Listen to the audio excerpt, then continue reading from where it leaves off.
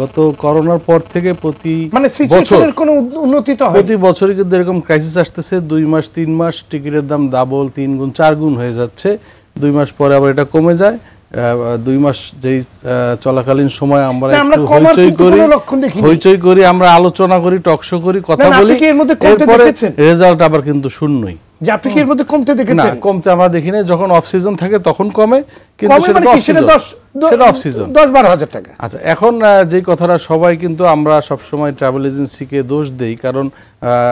যাত্রীরা তো ট্রাভেল এজেন্সির কাছ থেকে টিকিটটা কাটেন যে কারণে তারা টাকাটা যখন দেন মনে করেন যে ট্রাভেল এজেন্সি টাকাটা নিচ্ছে তারাই সব কিছু প্রফিট করতেছে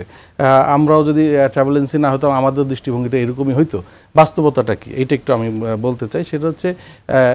এয়ারলাইন্সের প্রোডাক্ট এটা air ticket is the product of airlines ভাড়া নির্ধারণ করে কোন রুটে কত টাকা কম হবে অফ সিজনে বা পিক সিজনে কত টাকা বেশি হবে এটা তার নিয়ন্ত্রণে সে করে এটা ট্রাভেল এজেন্সিকে তারা টিকিট বিক্রয় করার জন্য ডিস্ট্রিবিউশন সিস্টেম দিয়ে রেখেছে জিডিএস সেটার মাধ্যমে ট্রাভেল এজেন্সি বুকিং করবে এবং যাত্রীকে টিকিট দিবে একটা নির্দিষ্ট কমিশনের ভিত্তিতে এর বাইরে কিন্তু টাকা নেওয়ার তার কোনো সুযোগ নাই আমাদের ট্রাভেল এজেন্সি আইন অনুযায়ী এখন বিষয়টা কি হচ্ছে এয়ারলাইন্স গত 3-4-5 বছর যাবত এই প্র্যাকটিসটা করতেছে তারা ওই জিডিএস সিস্টেমে ফ্লাইটগুলোকে ক্লোজ করে রাখে বন্ধ করে রাখে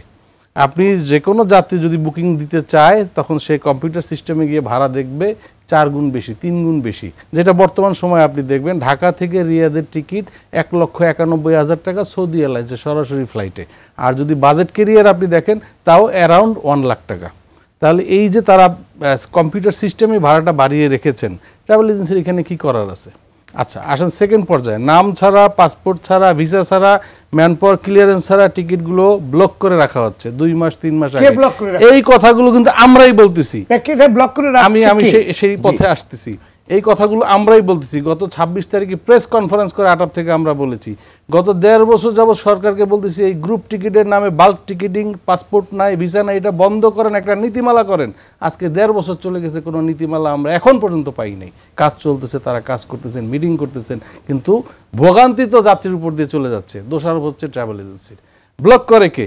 গ্রুপ বুকিং কখনো কোনো ট্রাভেল এজেন্সি করতে পারে না এটা টোটাল সোল অথরিটি হচ্ছে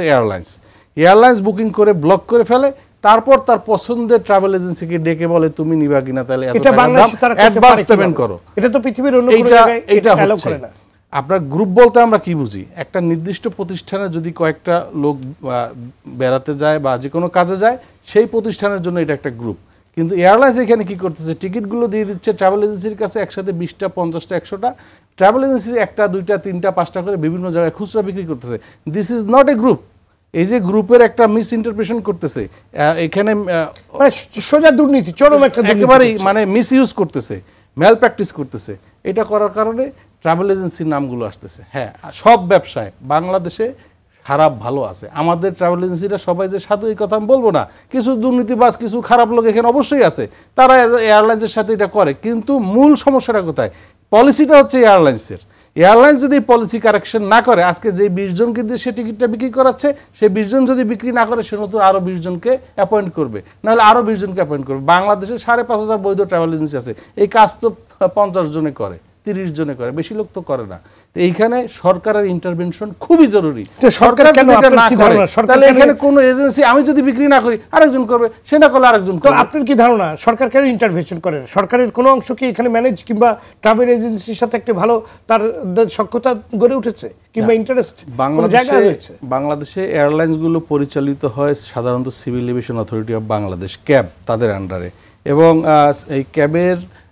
আমাদের যে বিধিমালা আছে 1984 সালের সেই বিধিমালাতে স্পষ্ট বলা আছে cab chairman is the authority to control the airfare reject the airfare airlines তাদের কাছে সাবমিট করবে তারা এটাকে অ্যাপ্রুভাল দিবে এখন এই যে 40,000 টাকার টিকিটটা 80,000 হয়ে গেল 1 লাখ হয়ে গেল তাহলে এই বাড়তি টাকাটা কি ক্যাবের অনুমোদন দেওয়া